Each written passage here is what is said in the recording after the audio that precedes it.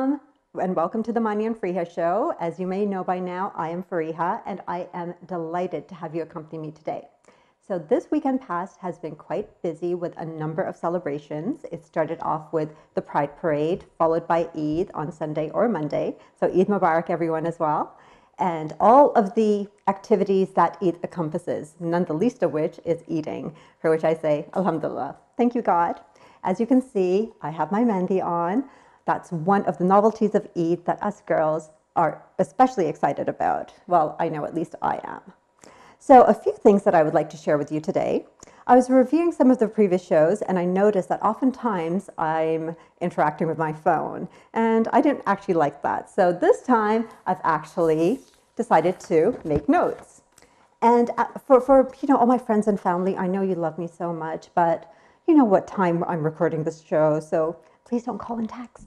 But jokes aside, several people have said to me that I'm often on my phone, none the least of which is my mom. And in my defense, I have to say that all of my information, I just write in my phone. I've really discovered it to be an extension of my brain, as well as a storage facility for everything else that my brain can contain. So that's my defense. So there's a few things that I would like to share with you today. I was reviewing some of the previous shows and I noticed that oftentimes I have a tendency to interact with my phone. And it's not that I get a number of calls and texts, but for those of you who do call and text, you know what the time that the show goes on, so please stop. But jokes aside, I have been told by several people that I interact with my phone a lot, none the least of which is my mom. And I have to say that in my own defense, I have a tendency to write everything in my phone, which I've come to realize is a storage for and an extension of my brain. But today, I actually decided to make notes, thinking that it may work out better. So please let me know how I'm doing. And on that note, I have to get to my second point, which is feedback from all of you. First and foremost, I have to say thank you so much for all the feedback that you provide, because it is truly invaluable. As for how you can provide it, if you're watching this on Facebook live stream, then you can comment in the comment section below. Alternatively, you can also contact Mani and myself on the Mani and Fariha Show Facebook page.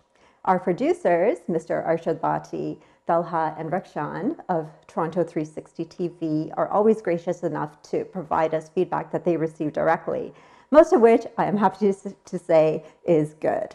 But regardless of what it is, it truly is invaluable to us. So please keep it coming, because we really strive to make this show better and better each and every week for you. So thank you for that. So definitely, we look forward to hearing from each and every one of you. It truly is invaluable, as I said previously. So today, I have two amazing gentlemen as my guests, and I can assure you that once you hear their stories and all that they are up to in the world, you will be totally blown away. They are an epitome of the quote which I'm about to share, and all of you know how I'm like with quotes. So did you really think that you'd get this far without me quoting a quote? I didn't think so. So this is actually from Ralph Waldo Emerson, and the quote is, "The purpose of life is not to be happy. It is to be useful, to be honorable, to be compassionate, and to have it make some difference that you have lived and loved well." How beautiful is that? And to add to it, I would say that happiness can't help but be a consequence when you are being useful, when you are being honorable, and you are being compassionate. How can it not be, right? Feeding on that a little bit further, I was watching a video of Oprah. I love that lady so much. And I'll be sharing a clip of it before I actually get to my guests. And you may have already seen it. In this particular video, she's talking about lived legacies. She thought that hers was the establishment of her girls' school in South Africa. And she actually shared that thought with another lady who I love, Dr. Maya Angelou. And she said to Dr. Maya Angelou, "You know what? I think this is my greatest legacy." And Maya said to her, "You have no idea what your greatest legacy will be." And Oprah was like, no, I'm pretty sure that this is it. And Dr. Maya Angelou said, "No, you have no idea what your lived legacy will be, because your lived legacy is every single person that you have ever touched." Isn't that profound? So I will be sharing that clip with you very shortly. And whilst it's running, I encourage each and every one of you to think about and reflect your personal lived legacy. And then once we come back, we will be discussing the lived legacies of the two gentlemen that I previously just mentioned, because I haven't introduced them as of yet, and their lived legacies of the many people that they touch on a regular basis. When I had finished my school, and I was so proud of myself for building this school in South Africa, and I went to Maya and I said, Maya, that's going to be my greatest legacy, the school. And Maya said, you have no idea what your legacy will be. I go, I know that, but I really do think that the school's going to, be my greatest legacy. And she goes, you have no idea. So I go, yes, ma'am. She said this, and I leave this with everybody in the room, graduates, friends of graduates, family. She said, your legacy is every life you've touched. Your legacy is every life you've touched. Feel everything with love, because every moment you are building your legacy. I hope you enjoyed Oprah and that you thought about each of your personal legacies. Did you? Well, good. Because the topic of discussion that we are now about to get into is a somber one, and it is about hunger. I have a few stats illustrating world hunger, hunger within Canada, as well as within our very own communities here in the GTA. And as the illustrations are brought up, I'm going to share a few more quotes with you. So hunger is not a problem. It is an obscenity. How wonderful is it that nobody need wait a single moment before starting to improve the world? And this is actually by Anne Frank. And it is the case that we don't have to wait. We often think that, oh, someone else will take care of this. Well, let's start with us, and let's start right now. The next quote which I selected is by Jonathan Sachs. And this really gives statistical numbers as well. So close to 1 billion people, that's 1/8 of the entire world's population, still live in hunger. Each year, 2 million children die through malnutrition. And this is happening at a time when doctors in Britain are warning of the spread of obesity. We are eating too much while others starve. And I would say, going back to Anne Frank, that truly is an obscenity. And now, Mother Teresa, another lady that I love. I never look at the masses as my responsibility. I look at the individual. I can only love one person at a time. I can only feed one person at a time. Just one.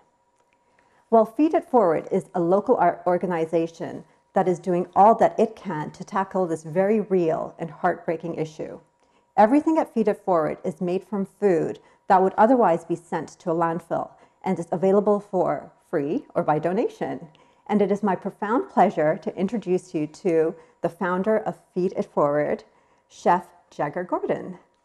Why, thank you very much. Welcome to the show, Jagger. That's great, thank you.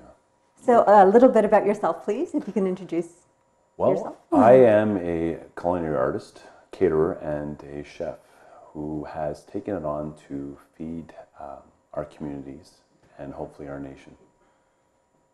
That's profound. It's amazing. And as soon as I met you and you introduced yourself and exactly what it is that you do, I was totally blown away.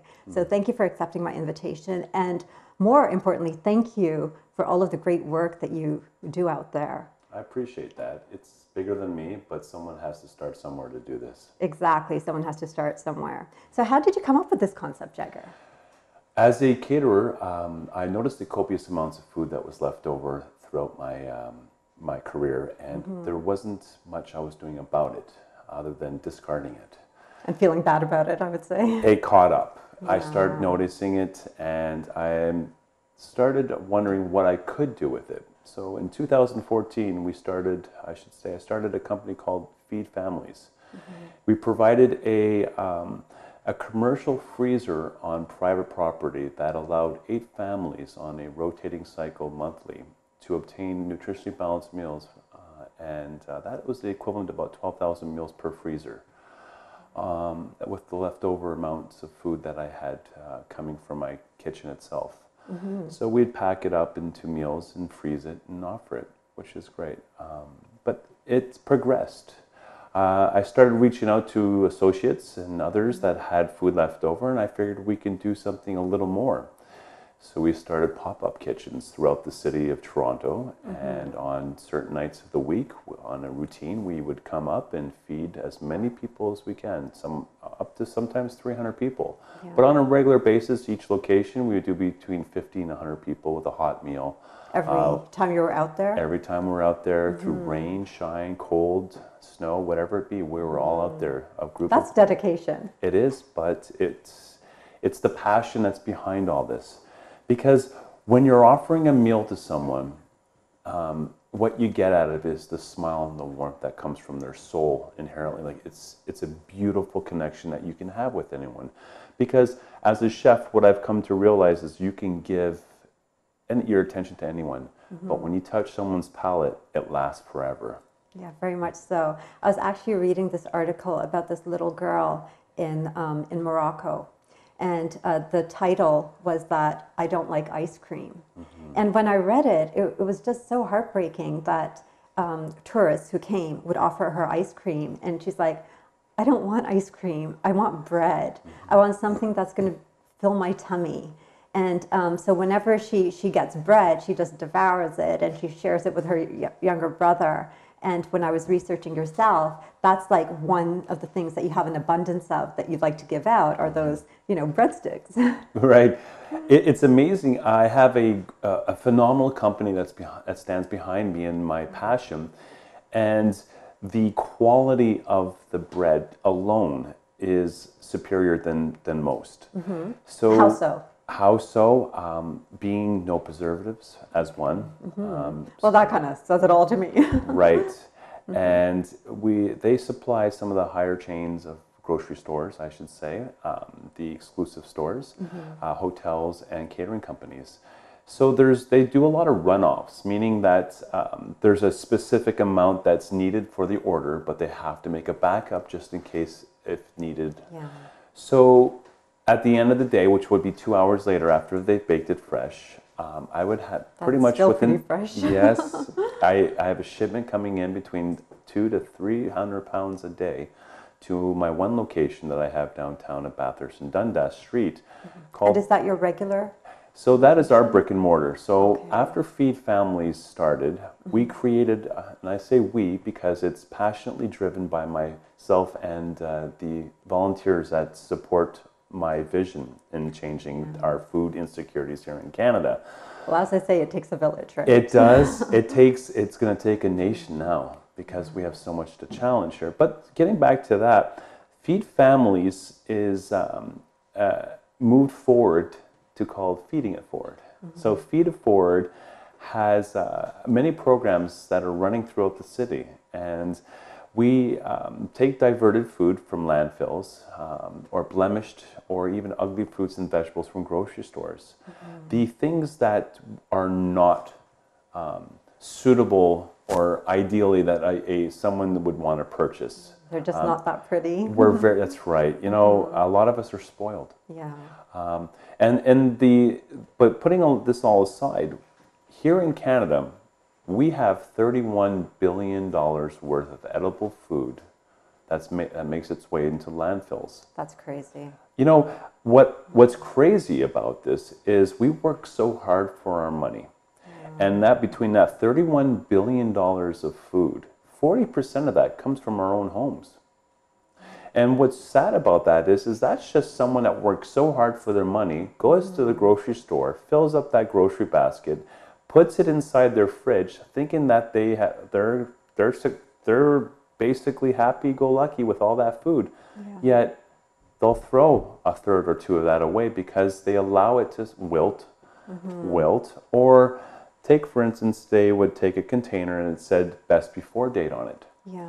And when, as a normal consumer would look at that and they would say, oh my gracious, it's expired, I have to throw it away. Yeah. So the marketing scheme of all that is sure, throw it away. Go back to the store and buy that favorite product again. You'll only eat a third of it or maybe more, but you'll still throw it away. Here in Canada, we have what's called the best before date. Yeah. It's not the expiry date. It just means the optimal freshness date. So it allows people to say, okay, well, you know what, we can't guarantee the freshness, but throw it away. Here in Canada, we don't have any laws to state that, you know, any food that is edible should be donated. Italy and France have changed those laws. And they made it mandatory that any food that's edible needs to be donated to a charity or to such. Mandatory, wow. Right. By imprisonment or by fines. And you think that those are quite extreme measures, but it truly is a crime to be so wasteful. Right. Especially if we're wasting our own money as hard as we work for it. But on the contrary, what happens with this is, so we pack in the landfills with this $31 billion of food, we pay taxes on that. Yeah. Right? So I believe that the laws need to be changed. So Feed It Forward has a petition on our website, and we're over 43,000 signatures on it. And already? Right? We're lobbying the government. We are going to come forth with Trudeau's government and say, hey, you can make a big stand here. We've waited 150 years. We're a new country, but yet we are one of the wealthiest countries, and we have some of the most best resources of food, but yet we're throwing it away. Okay, so on my petition, it's going to, I'm hopefully within a year or two, however long it takes, I'm putting 2 more years into this, the challenge of raising awareness, that maybe we can make a change together. It's quite revolutionary.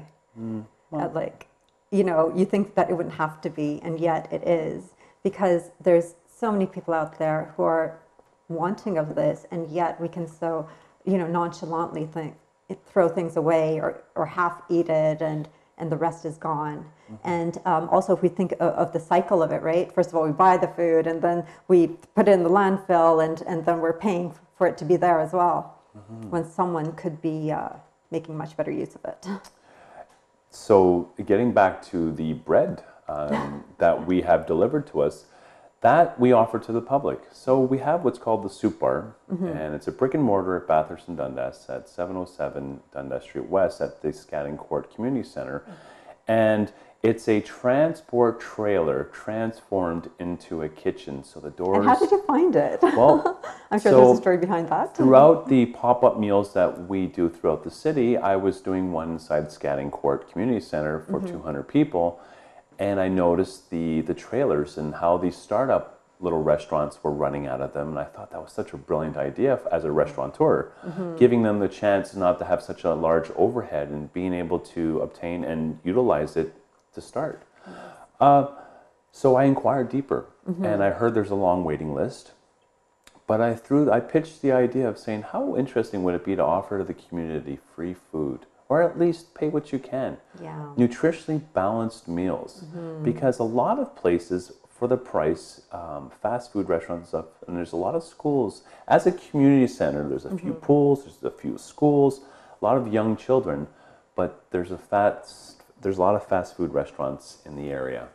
And, you know, unfortunately, there's not much nutrition behind those meals. Yeah. So I was thinking attacking on that and giving great meals to people at free or pay what you can. Yeah. So here we are, and we are celebrating our first month. Congratulations. Thank you. It's 6,000 meals later. 6,000 meals in 1 month. In 1 month. Oh, that's amazing. I would even say that what I've noticed when people are donating to shelters, and sometimes they have, you know, those bins in front of the grocery stores, mostly what people are putting in is like craft dinner, which isn't nutritious at all. And also, I guess people have the mentality that if we actually put fresh fruits and vegetables, by the time they get there, they're probably going to rot. That's right. So the initiatives that you're making and taking are beneficial on so many levels. So it's not just a case of a free or nominally priced meal. It's actually a nutritious meal. And I'm sure with your culinary skills, it's a very delicious meal. Well, the fun part about it is being able to express my my culinary arts through the food. So outside of the bread donations, I source marginalized or ugly fruits and vegetables from grocery stores, and I purchase them at a subsidized price. I make deals with certain individuals, and they offer it to us.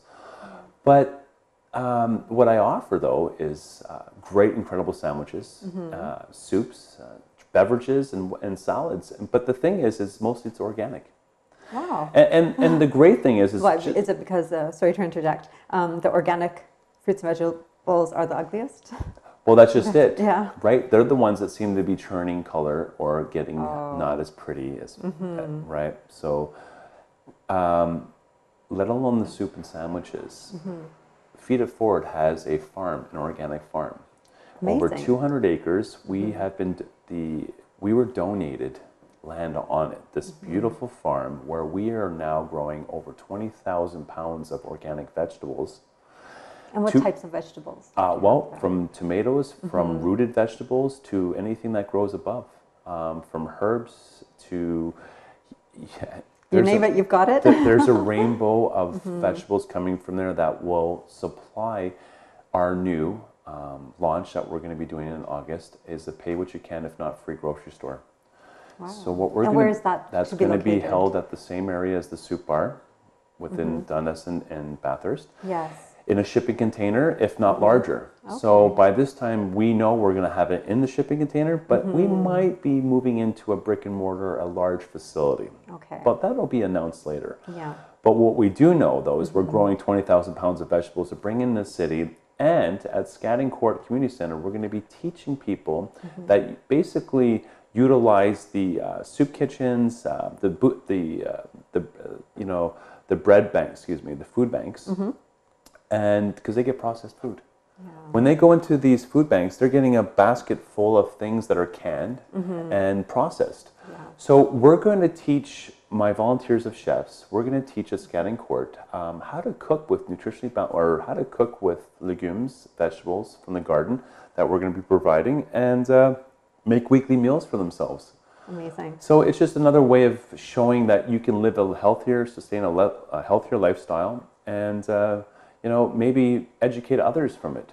Very much so. And the sustainability aspect of it as well. The education aspect of it, like, as I said, it's beneficial on multiple levels. And this conversation with you has been very informative and very educational for myself as well. So thank you so much, Jagger, once again, for everything that you do. And we will be posting all of the information on our Facebook page of the locations that Jagger has mentioned and the initiatives coming up. Actually, before I go, there's one thing which I'm really excited about, so I must mention it, and that's the Secret Basket cook-off or cooking competition. Well said. Yes, and it reminded me of an episode of Chopped, and I have always wanted to be on Chopped, but I'm always scared of what, ingredient might come out that I may not want to touch. But if yours is all fruits and vegetables, then I would love to participate. Okay, this is wonderful because the competition at the Pan American Food and Music Festival at Dundas Square will be held. It's on August 12th, right? It is. Yes. And we're going to be having a unique experience where we're going to have chefs battle it out with ugly fruits and vegetables. And it's going to be strictly... Well, let's see who wins. Right? So yeah, I'm looking forward to it. I'd like to add something else. Yes, absolutely. So the Feed It Forward program also has some partners. Yes. And the education partners that are behind me, the University of Toronto and the Toronto General Hospital, have been supporting me, basically saying that University of Toronto had raised $1.3 billion last year. And for the Feed It Forward? No? For their university. Okay. $1.3 billion. Yes, that's a lot. The theory of what we're talking about now at hand is 40,000 students went hungry last year. Wow. And nothing's being done about it. So there's a unique group within the university at a high level that want to challenge this. So they've been following me, and they've sponsored me now to create 25 to 35,000 marginalized meals to feed students starting in fall. So the Feed at 4 program is basically going to offer frozen meals as we did in the freezer program, but to students now. And basically the cool system is as a student that retains one of these meals has to come into my kitchen sooner or later and to learn how the food's being prepped and going through that whole process. That's amazing, because it's not just a case of give a person a fish. You're actually teaching them how to fish as well. Exactly. Amazing. Well, thank you once again, Jagger. I could talk to you all day, quite frankly, but we are due for a break, and once we return, I will have my other guest. So stay tuned.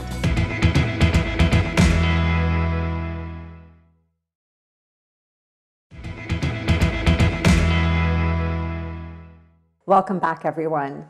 So we hear a lot about meditation and its benefits, or I should say, I hear a lot about it. And the quote which I have selected to introduce or segue into this segment is by Pema Chodron. And I chose it because it resonated the best with me when I was researching my options. And I hope that it will resonate with you as well. So meditation is a process of lightening up, of trusting the basic goodness of what we have and who we are, and of realizing that any wisdom that exists in what we already have. We can lead our life so as to become more awake to who we are and what we're already doing, rather than trying to improve or change or to get rid of who we are and what we're doing. When I thought about that, I was like, does this even make sense? But it truly does. If we understand that what we have is enough already, then why would we want to change it? But anyway, going back to what she said, the key is to wake up, to become more alert, more inquisitive, and more curious about ourselves. So is it any wonder that the Dalai Lama claims that if every 8-year-old child in the world is taught meditation, we will eliminate violence from the world within 1 generation? That's amazing, isn't it? And don't we all want that? Well, Mr. Wayne Mouland, my guest, is the founder of a meditation and humanitarian organization known as the Eco Movement. He is a proud father of 3 wonderful children who I'm sure have been meditating probably from before they were 8, and has made it his life's mission to spread love and light to whoever is willing to listen to his triumphs over the past, because he has had numerous, and his journey to get to where he is now, which is both uplifting and inspirational. He has recently launched the Eco Movement online meditation experience, and I do recommend that each of you check it out. And this includes great tips for meditation, information about the chakras, and a 7-video series of meditations where we're taught to balance and align each chakra for each day of the week. And I would say that that truly is necessary, because blocked energy in our chakras often can lead to illness. And when we're not even aware of what our chakras do or how to clear that blocked energy, then we're just not doing a service to ourselves. To educate us about the benefits of meditation and how we can clear our energy and align our chakras, we have Wayne Mouland with us. Welcome to the show, Wayne. Thank you very much for having me. I appreciate it. Thank you. Such a pleasure and delight to have you here. Thank you. So was it a couple of weeks ago that you were doing the Eco Movement song? Yes, we shot the video, and we were very gracious to have you in the video as well. Thank you for coming out that day. Oh, you're so sweet. Thank you for including me. Oh, you're welcome. It was an awesome day. It was an awesome day. We had some great people come out, and it's basically a hip-hop track, which is conscious, uplifting, with good, positive lyrics to it. We kind of wanted to give that message out there to, not just the hip-hop industry, but music industry in general, that, we can start to become lyrically responsible. If you will, right? There's no need to constantly be talking about negative things, right? We can give it a mixture. Well, the lyrics can be whatever we want them to be, right? Yes, absolutely. And the tune itself was very catchy. Thank you. As for the people, the amazing people, that's where I met Jagger. And I always think that, when we attend these events, the alignment and the synchronicities and the people that we just meet are amazing. Yeah, it's incredible stuff. It truly is. It can't even be planned. No. It's different when you change your vibration. Yes. You end up attracting different people into your life. Yeah. That's And what incredible. exactly do you mean by vibration, Wayne? Well, I can give you an example by kind of introducing a little bit about my story into the mix here. Absolutely. I used to be a different person. I was a little bit of a violent person. I was into criminal activities, stuff like that. And back then, about 10 years ago, I've since changed my life into a different direction. Obviously, we'll be talking about that.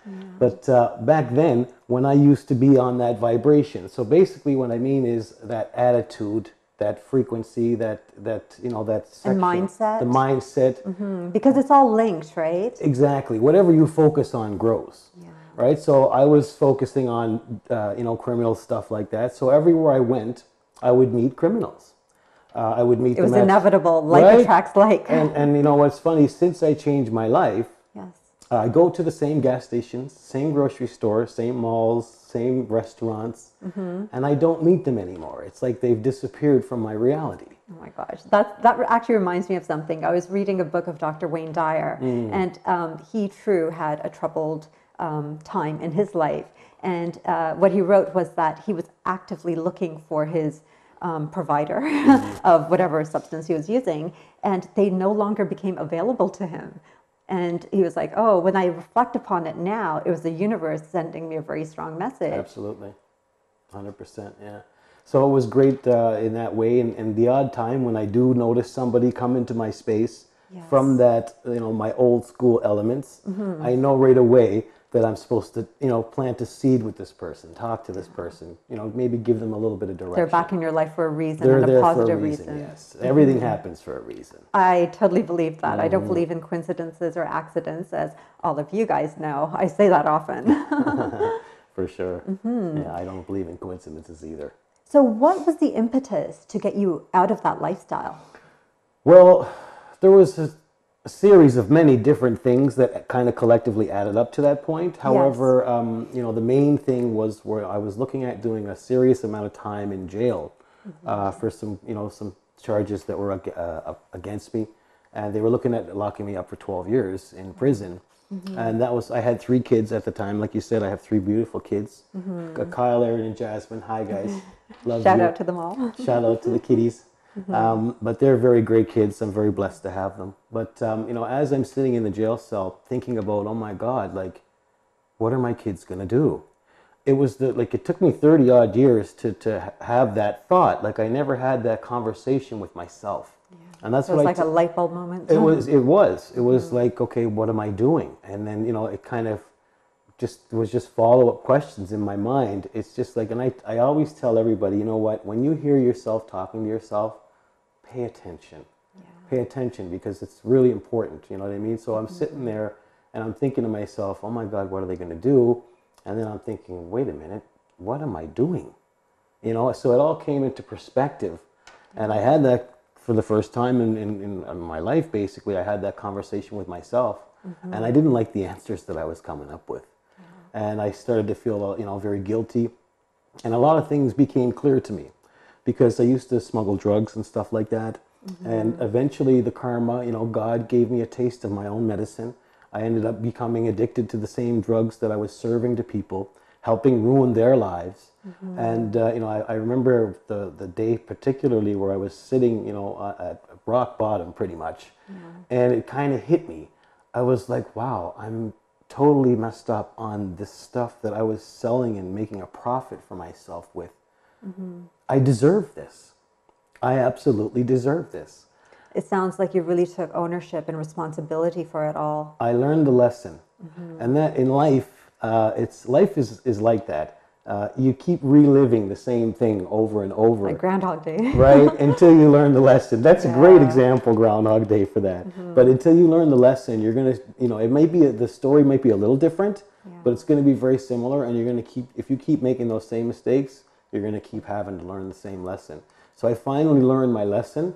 And I never, the jail cell. It was later on. It wasn't in a jail cell. Okay. But at this particular time. But it was a bad situation. Epiphany, right? So I was finally graced with the presence of mind of realizing that I'm doing wrong. It's not really even me. because there's a lot of different with the hip hop culture and with a lot of different things that are in the media and stuff like that. There's a lot of negativity, and it's glorified. It's kind of like glorified, because I remember being a kid in my teens and listening to the hip hop and watching the videos, and we're very influenceable at that age. Yes. And I take full responsibility for all my actions. However, it's very difficult. It's easy to get caught up in that. And I just thought, okay, well, if I'm here in this environment and I have to do this, this, and this to be on top of that environment. So I just thought I was doing what I was supposed to be doing, and it took something like that to shake it out of me, to kind of like wake me up, to look at myself and to have a conversation with myself. Sounds like a lot of introspection happening at that time. Yeah, so I disassociated myself with everyone. So was it like cold turkey, instantaneously, the decision was made and you were done? Pretty much, yeah. Like there was a little bit of residual, of course, that followed me just not too long, but a little bit of time. And I kind of grew out of that very quickly. Yeah, because you were so adamant in your intent. Yeah, and well, everything is intention. Absolutely. I'd love to talk about intention. I'm a humongous on intention. I'm so big on intention, I put intentions on top of intentions. But you know what? If you don't do that, and you think about how the power of how powerful our thoughts are, right? We have about 70,000 thoughts on average per day. That's right. And we don't usually pay attention to what we're thinking about. That's why they get repeated the next day and the next day. And it's a big mistake, and that's what I was doing. So this is what kind of made me learn, like, okay, I have to be present in what I'm thinking. I have to keep my thoughts, like it's all mind, body, and soul, right? And for the mind, it's your thoughts. So, and it sounds like you powerfully interrupted the ones that you were having previously. Yeah, because I finally understood that they didn't make any sense. You know what I mean? Like, it didn't make any sense to be this way. It didn't serve me at all. It didn't serve anyone else around me. It wasn't good for my family. It was just, I was just very happy and very grateful that I was able to turn it around, because a lot of people just don't do it, right? Yeah. So, well, good for you. Thank you very much. I'm so proud of you. Thank you. So what is the route that you took after that? Well, I started off with the power of positive thinking. That was my thing. I did that for years. I disassociated myself from all the, the criminal activity and everybody involved in it. And that wasn't a problem. I got a job. I was managing condominium corporations, which I enjoyed for a little bit, but it was very stressful, and I wasn't very happy. I did that for about 5 years or so, and was doing all the right things. I wasn't involved in anything like that. However, I just wasn't happy. And I had a colleague of mine take me out for lunch one day, and he told me, he's like, "Wayne, you know what, I have to tell you, please don't get upset. You look terrible, and you don't seem yourself, because I was doing the positive thing, And he says, what's wrong? And he kind of opened my eyes. I was totally oblivious to the fact that I was miserable. Like, this is what I mean. We don't pay attention, right? With the hustle bustle of every day paying the bills. You don't even know how you're feeling. You don't even realize. You don't even check with yourself to see how you're feeling. So he kind of was very, helpful there, and shone some light on. I'm like, whoa, you're right. You know what? I'm miserable. I feel like I have a purpose, and I don't know what that is. And he's a big Christian guy. And, for everybody out there who asks me what religion I am, I always say I'm every single one. I'm all of them. All of the above. All of the above. And they all have good things in them, and some have... So it sounds like you did quite a bit of, like, comparative religious studies as well. Well, for what he told me, he was like, being the big Christian guy he was. Yes. He looked at me, and I knew how big of a Christian guy he was too. So he looked at me, and he's like, "Wayne, you know what I'm going to tell you? Go home and pray to Jesus for some guidance on what your life purpose is." So I said, "You know what? I got nothing to lose. Let's do this, right?" So I went home that night, and I prayed to Jesus. I prayed to Buddha. I prayed to Allah. I prayed to everyone. All of them. Everyone. And I asked for some guidance on what my life purpose was. So the very next day, I'm sitting in my office, in my condominium office, and I'm watching a YouTube video, and on the video, this ad pops up, and it says, "Are you unhappy? Stressed out?" As a matter of fact. Right? And I'm like, yeah, okay, check. It says, "Try meditation." So having just, prayed for guidance the night before, it kind of hit me. I'm like, ooh. This is a sign. This could be it right here. So I was very excited. Like, I was very excited right away. It was like I felt it. that this was it. So I went home and I started, researching meditation, started doing guided meditations on YouTube and stuff like that. And even as importantly as starting the meditation, I began to research it. I began learning about it, learning about all kinds of other things associated with it, like energy, vibration, stuff like that. Manifestation, chakras, all these beautiful things. The power of intention, as you mentioned. Oh, love it. And I kind of got a little bit upset, like for a moment of like, and why? Why did you get because upset? why didn't they teach me this in school? I right away, that was the first thing I thought of. I was like, wow, this is unfair. So I really, it was one of my dreams to work with this. So with the Echo Movement, we are also going to be doing a petition like Jagger's doing for his thing in regards to going to the Minister of Education and the Prime Minister to get meditation implemented into early childhood education. That's amazing. Right? So, good for you. Thank you. But yeah, it was a crazy journey. And once I realized all these things, I found manifestation, and I'm like, wow, okay, I like this concept that I can manifest stuff into reality. Let's give this a shot. So I started working with it. I started just with small things, and it started working. Just your average little things. I wanted a new suit, or I wanted this or that, or whatever. Well, a new suit may not be that little. Well, just little things like that. But after I started to get these things, I'm like, you're okay, like, I'm on a roll. Hold on a second here. I don't like my job. Let me manifest a new one. So I began looking into there's 7 steps of manifestation. So I began doing all of them. I was meditating on getting this new job. I was visualizing it. I was being grateful for it, like I've already received it. All the things you're supposed to do to manifest something into your life. Which is basically changing your vibration to suit where you want to go. So 3 weeks went by, and this job falls into my lap, and it's ironic and a little bit synchronicity there as well, because as I'm cleaning up for those 3 weeks, basically everything from within myself, doing all these manifestation steps, the name of the company, which was a beautiful, perfect job for me, was called Absolute Interior. So it was a little bit ironic where, I'm cleaning up everything inside, and the company that hires me, for the job that I manifested is called Absolute Interior. So to me, that was just like a big flashing sign. It works, it works, it works, it's real, it's real, right? So I had an epiphany. Right at that moment, I was just like, oh my God, if I can do this for myself individually, what could we all do together collectively? And that's when the Echo Movement was born. And it's basically And how did you come up with the name? Well, I came up with the concept of it first, which is mass synchronized group meditation all over the world. And, we already have almost 4,000 members right now. We're launching the website very soon. Congratulations on all that. echomovement.ca. And we're going to launch the video with the website. But the whole thing about, surrounding the whole concept of the Echo Movement is to A, raise awareness of meditation. B, do the mass group synchronized meditations where we do 10-minute meditations. They're available on the website and all the different social media sites that we have. And we do them at certain times throughout the day, 5, 7, 9, and 11 a.m. Just giving everybody some different times to be able to fit it into their schedule. And then 5, 7, 9, 11 p.m. 10 minutes at a time. So if you can jump on one, that's great. If you can do 2, 3, whatever you can do. Whatever fits your schedule, right? Right? But the whole thing was, and I didn't have the name for it, right? So I'm sitting there and I'm thinking, okay, well, duh, I'll meditate. Let me meditate. Everything else I do, I'm meditating. So let me meditate for the name. So I went into one of the longest meditations I think I've ever done. It was like 3 hours. Oh my God. I woke up, I fell asleep. I woke up, I had drool all on my face and everything. I'm like, oh my God, okay, it's Echo.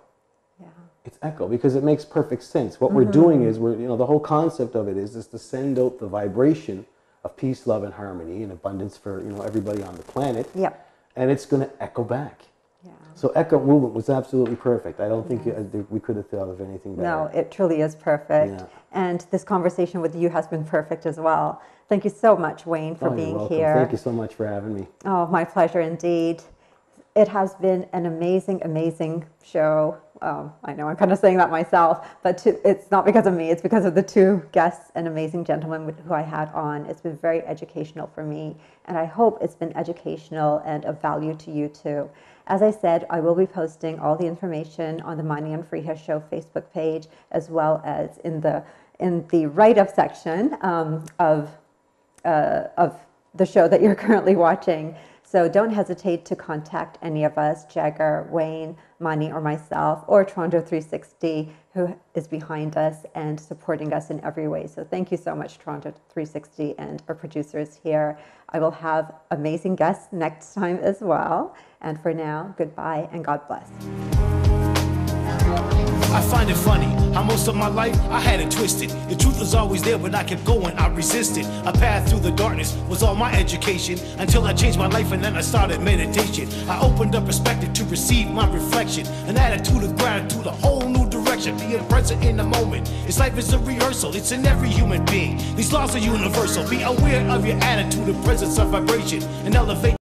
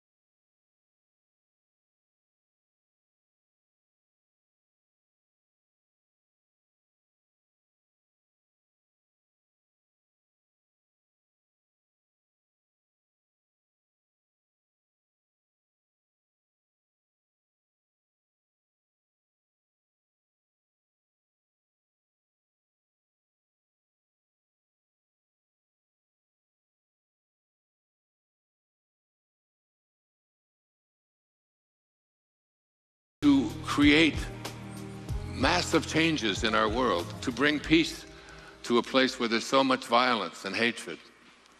The Dalai Lama once said that if we could take every child on this planet at the age of 5 and teach them to meditate for 1 hour a week, we could eliminate all violence that exists on our planet in 1 generation.